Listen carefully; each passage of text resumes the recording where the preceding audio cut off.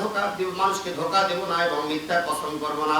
আর আল্লাহর নবী বলেছেন তারপর আর একটা কাজ আছে, খবরদার তুমি করবে না, যদি করো দুনিয়ায় শাস্তি পাবে, সেটা হলো যাকাত যদি না দাও তোমার সংসারে বরকত নষ্ট হয়ে যাবে, কামাই করবে দেখবে ঋণ ফুরাবে না।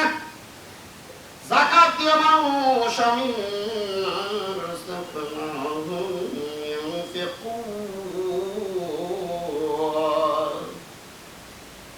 يؤتون الزكاة وهم راكعون يقيمون الصلاة ويؤتون الزكاة। একই কথা, একটার সাথে আরেকটার সাথে সম্পর্ক। বলে আমি নামাজ কিন্তু 5 ওয়াক্ত পড়ি, কিন্তু যাকাতটা একটু দেই না।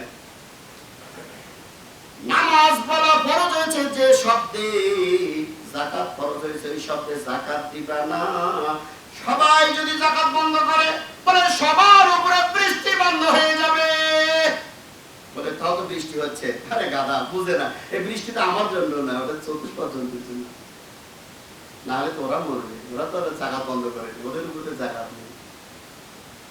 হ্যাঁ জি, যাকাত না দিলে পরে দুনিয়ার শাস্তি পেতে হবে। তারপর সর্বশেষ, হিংসা যদি কেহ করে, আল্লাহ তাকে অপমান করবেনই করবেন, করবেনই করবেন, করবেনই করবেন। হিংসা ঠেলায় সালামও দেয় না, এমন মানুষ বাংলাদেশে নাই মনে হয়।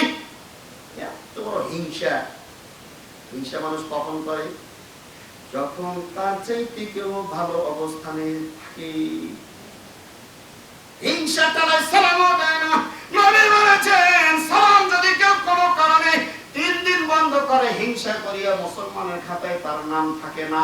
যদি 1 বছর পর্যন্ত হিংসা করে কথা না বলে, লোকটা যেন বিনা ছুরিতে তাকে জবাই করে দিল।